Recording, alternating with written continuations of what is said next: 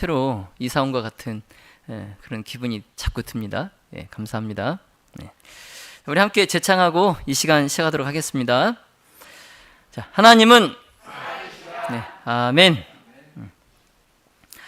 오늘은 시드기야와 남방 유다의 최후라는 제목으로 하나님의 말씀을 전하겠습니다. 우리 주제 성경절 하나님의 말씀 에스겔 21장 말씀을 보겠습니다.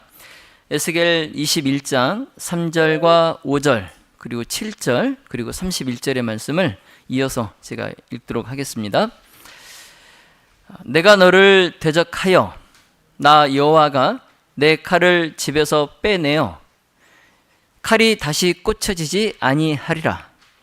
각 마음이 녹으며 모든 손이 약하여지며 각 영이 쇠하며 모든 무릎이 물과 같이 약하리라.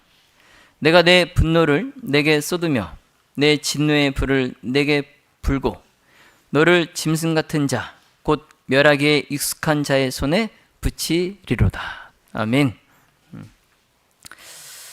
오늘은 고대 이스라엘 역사에서 남방 유다 왕국의 마지막 왕인 시드기야 그리고 남방 유다의 마지막에 대해서 우리가 함께 살펴보도록 하겠습니다. 시드기야의 치세 제9년에 바벨론 왕 느부갓네살이 그의 모든 군대를 거느리고 예루살렘을 치러 올라옵니다. 그리고 그 예루살렘 성읍을 완전히 포위해요. 그때 이제 유다의 전망은 매우 절망적이었습니다. 성에서 나갈 수도 없고 들어갈 수도 없고 그 포위를 풀지 않으면 그 성 안에 떡이 다 떨어지면 죽는 거예요. 물과 떡이 떨어지면 죽는 겁니다. 참 절망적이었어요. 자, 그러나 친애굽 정책을 폈던 시드기야가 애굽에 도움을 요청을 합니다. 그래서 이집트의 군사들이 바벨론에 포위된 예루살렘을 구하기 위하여 이제 올라옵니다. 남쪽에서 올라와요. 그래서 이제 바벨론 군사들이 그 애굽 군사들 그들을 막기 위해서 이 유다의 수도인 예루살렘을 포위했던 것을 풀어요. 그 포위를 잠깐 풉니다. 그러자 이제 이 시드기야의 마음 속에 이제 희망이 생겨요. 그 포위했던 것을 풀고 나니까 이제 마음에 희망이 생겨서 에레미야에게 그의 종을 보내어서 히브리 국가를 위하여 하나님께 기도해 달라고 요청을 합니다. 자, 그러나 이제 뜻밖에도 이 선지자 에레미야의 대답이 이 바벨론 사람이 다시 와서 지금 그 애굽 군사들을 치기 위해서 이제 포위를 풀고 갔잖아요. 그러나 이제 그 애굽 군대를 치고 다시 온다는 거죠. 예루살렘에 다시 돌아와서 예루살렘을 멸할 것이다 라는 대답이에요. 예루살렘을 위하여 하나님께 기도해 달라고 했더니 예레미야가 그 왕에게 하는 얘기가 저 바벨론 군대가 다시 와서 이 성을 완전히 멸할 것입니다. 이렇게 말을 하는 거예요. 이제 하나님의 명령은, 하나님의 형벌은 이미 내려졌고, 이제 이 회개하지 않은 남방 유다와 이 시드기야 왕은 더 이상 하나님의 형벌을 피할 수가 없게 되었어요. 예레미야 37장 9절로 10절에 나 여호와가 이같이 말하노라. 너희는 스스로 속여 말하기를 갈대아인이 반드시 우리를 떠나리라 하지 말라. 그들이 떠나지 아니하리라. 가령 너희가 너희를 치는 갈대아인의 온 군대를 쳐서 그 중에 부상자만 남긴다 할지라도 그들이 각기 장막에서 일어나 이 성을 불사르리라. 아멘. 자, 예레미야의 이 예언은 느부갓네살 왕이 그 애굽 군대에게 패해서 애굽 군대를 치러 갔는데 그 애굽 군대에 바벨론의 군대가 오히려 패해서 비록 부상자들만, 부상병들만 있다고 해도, 온전한 군인이 아닌 부상당한 병사들만 있다고 해도 그들에 의해서 이 남방 유다가 예루살렘이 어떻게 될 거라는 거예요? 멸망할 거란 거예요. 그러니까 여기 서두에 전반부에 뭐라고 했어요? 너희는 스스로 뭐 하지 마라? 속여 말하지 마라. 이제 바벨론 군대가 이 포위를 풀고 갔으니 이제 우리는 바벨론의 손에서 놓이게 되었다. 이렇게 속여서 말하지 말라는 거예요. 혹여 그 전쟁에서 패하고 부상자만 있어도, 부상병들만 있어도 그들이 다시 돌아와서 그들로, 그 부상당한 병사들로 너희 예루살렘, 남방 유다를 다 멸망시킬 것이다 라는 하나님의 말씀이에요. 헛된 기대를 버리라는 겁니다. 헛된 기대를 버리라. 여러분, 하나님께서 이 바벨론이 부상병들만으로도 너희 남방 유다에게 승리할 것이다, 이런 이 수사적 과장법을 사용하시면서까지 말씀하신 이유가 무엇일까요?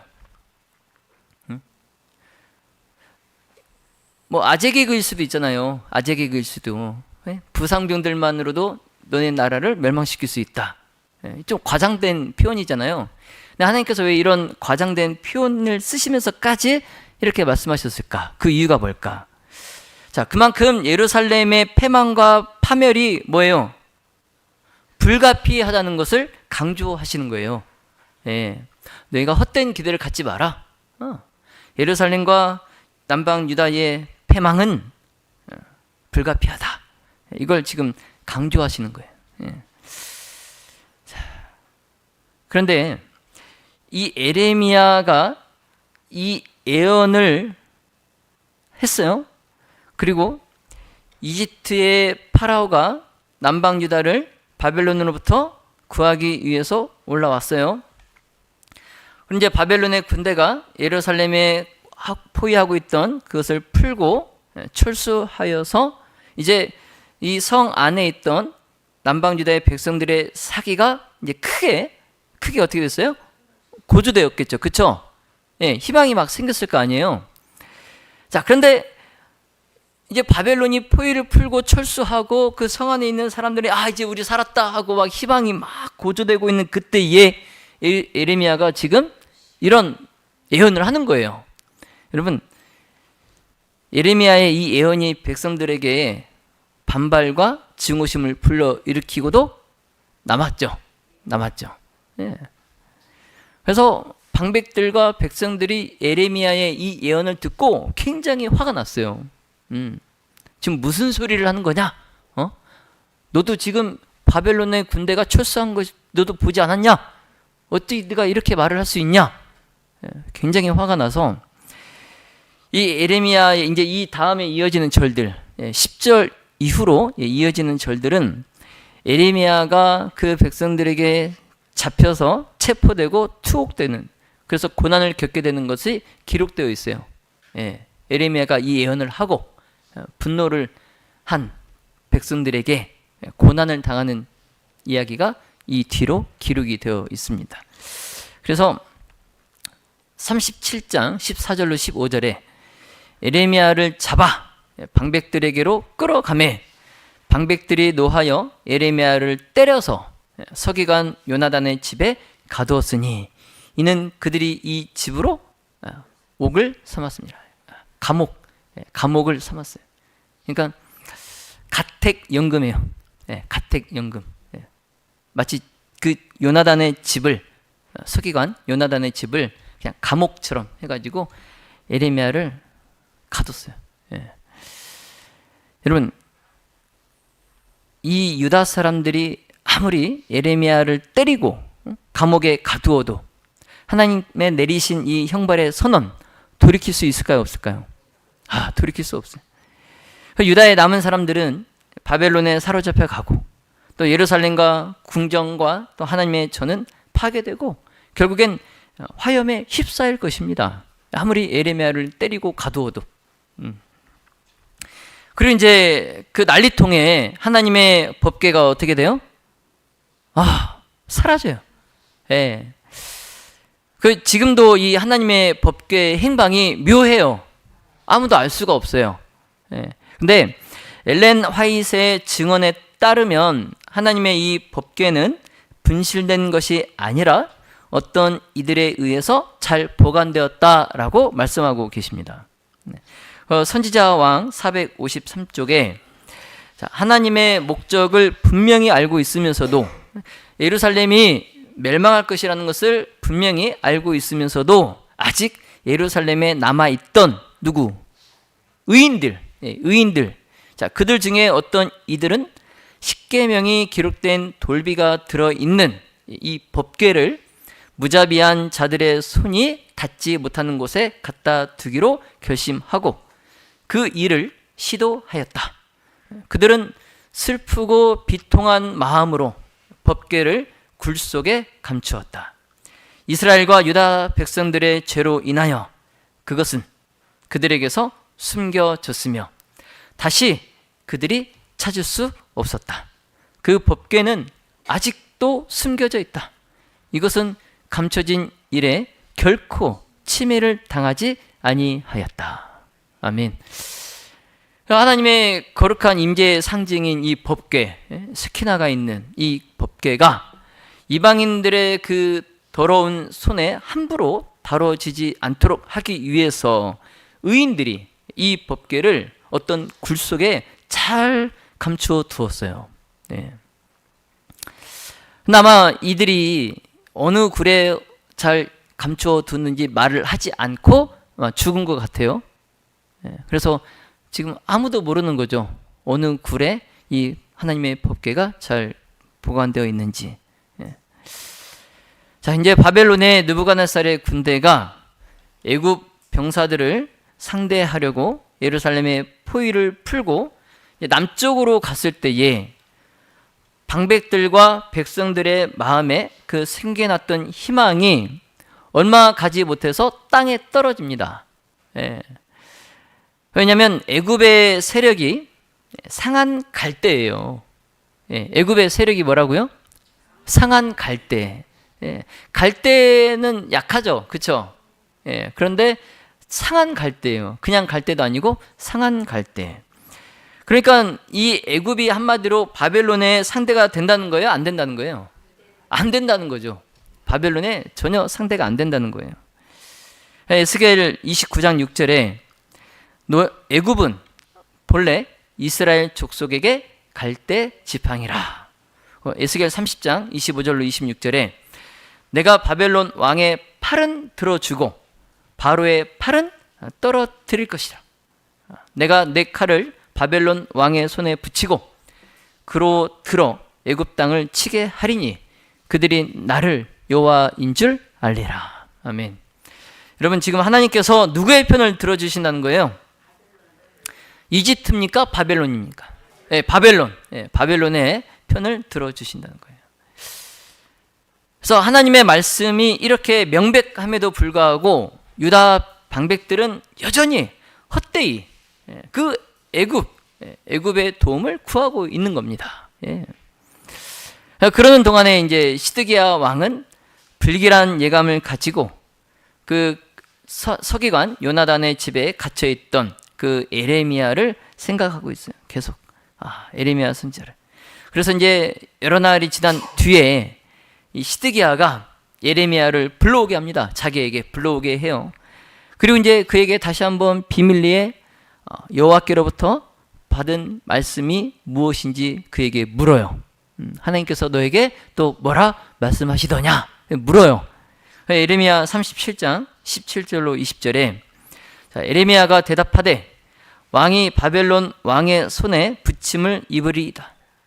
예레미야가 다시 시드기야 왕에게 이르되 내가 왕에게나 왕의 신하에게나 이 백성에게 무슨 죄를 범하였건대 나를 옥에 가두었나이까. 바벨론 왕이 와서 왕과 이 땅을 치지 아니하리라고 예언한 왕의 선지자들이 이제 어디 있나이까. 내 주 왕이여 이제 청컨대 나를 들으시며 나의 탄원을 받으사 나를 서기관 요나단의 집으로 돌려보내지 마옵소서. 내가 거기서 죽을까 두려워하나이다.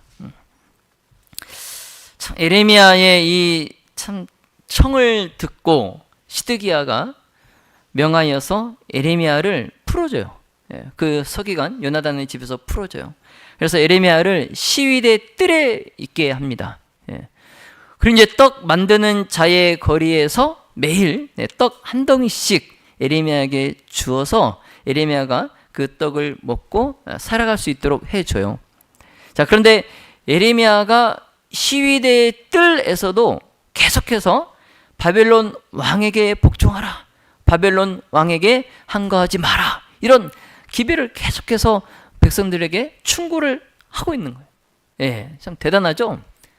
그 죽을 지경을 벗어났는데 또 다시 백성들에게 바벨론 왕에게 충성하라, 이렇게 또 계속 충고를 하는 겁니다.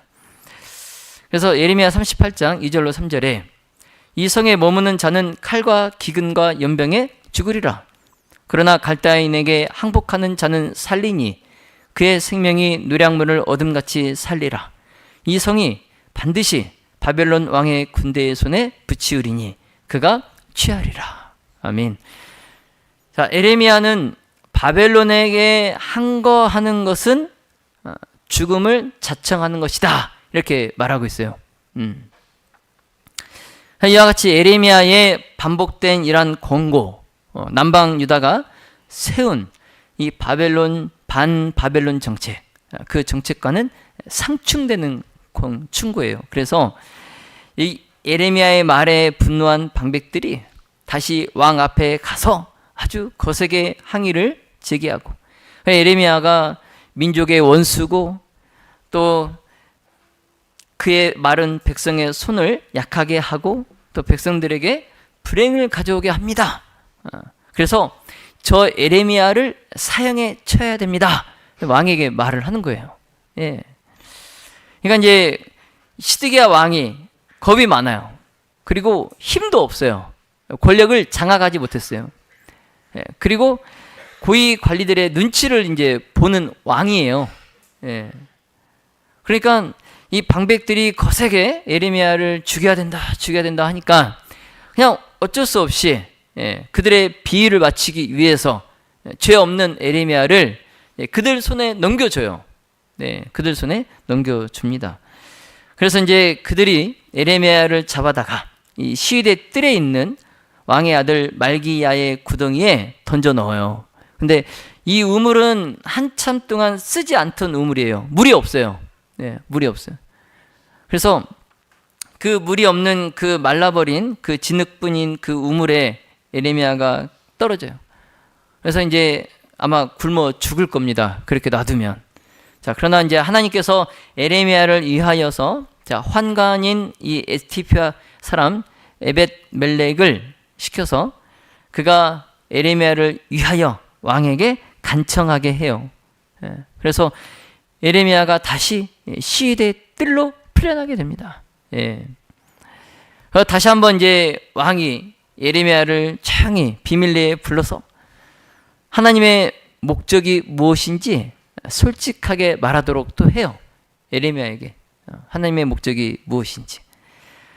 시드기야에겐 아직까지는 여호와의 경고에 그가 주의를 기울이고 또 예루살렘과 남방 유다에 내리는 그 현감을 경감시킬 수 있는 기회가 아직까지 있었어요. 아직까지 기회가 남아 있었습니다. 예레미야 38장 17절로 18절에 자, 네가 만일 바벨론 왕의 방백들에게 항복하면 네 생명이 살겠고 이 성이 불사름을 입지 아니하겠고 너와 네 가족이 살려니와 네가 만일 나가서 바벨론 왕의 방백들에게 항복하지 아니하면 이 성이 갈대아인의 손에 붙이우리니 그들이 이 성을 불사를 것이며 너는 그들의 손을 벗어나지 못하리라. 그냥 아직까지는 그래도 시드기야에게 기회가 남아 있었어요. 하나님께서 아직도 네가 바벨론 왕에게 항복하면 살 것이다 말씀을 하시잖아요. 근데 이 시드기야가 만약에 하나님의 이 말씀에 순종하기로 그가 선택했더라면 백성들의 생명을 건졌을 것이고 자, 이 예루살렘 성읍은 불타지 않았을 것입니다. 자, 그러나 왕이 발걸음을 돌이키기에는 너무 멀리 떠나왔어요. 예. 그래서 자신이 생각할 때에 내가 이제 하나님께로 돌아가기엔 너무 늦었다. 예, 이렇게 생각을 하고. 그리고 이제 에레미야의 권고를 듣고 바벨론에 먼저 투항한 유대인들이 있었어요. 예. 아직 멸망당하기 전이지만 바벨론 왕에게 가서 투항한 유대인들이 있었습니다. 근데 만약 시드기야가 바벨론 왕에게 투항하고 항복을 하면 먼저 가서 그 자리를 잡고 있던 그 유대인들에게 혹시 비난을 받거나 또 놀림이 당하지 않을까, 그런 것까지 이제 시드기야가 두려워하는 거예요. 예. 그래서 시드기야가 결정을 내리지 못해요. 근데 시드기야가 내가 항복을 해야 되나 아니면 끝까지 내가 그냥 항거를 해야 되나 이렇게 결정을 내리지 못하는데 그 큰 원인이 뭐냐면 여호와께 대한 그의 신앙이 결여되어 있었기 때문에 그가 결정을 내리지 못했어요. 예. 그러니까 한마디로 하나님을 불신하는 거예요. 하나님을 믿지 못하는 겁니다. 예.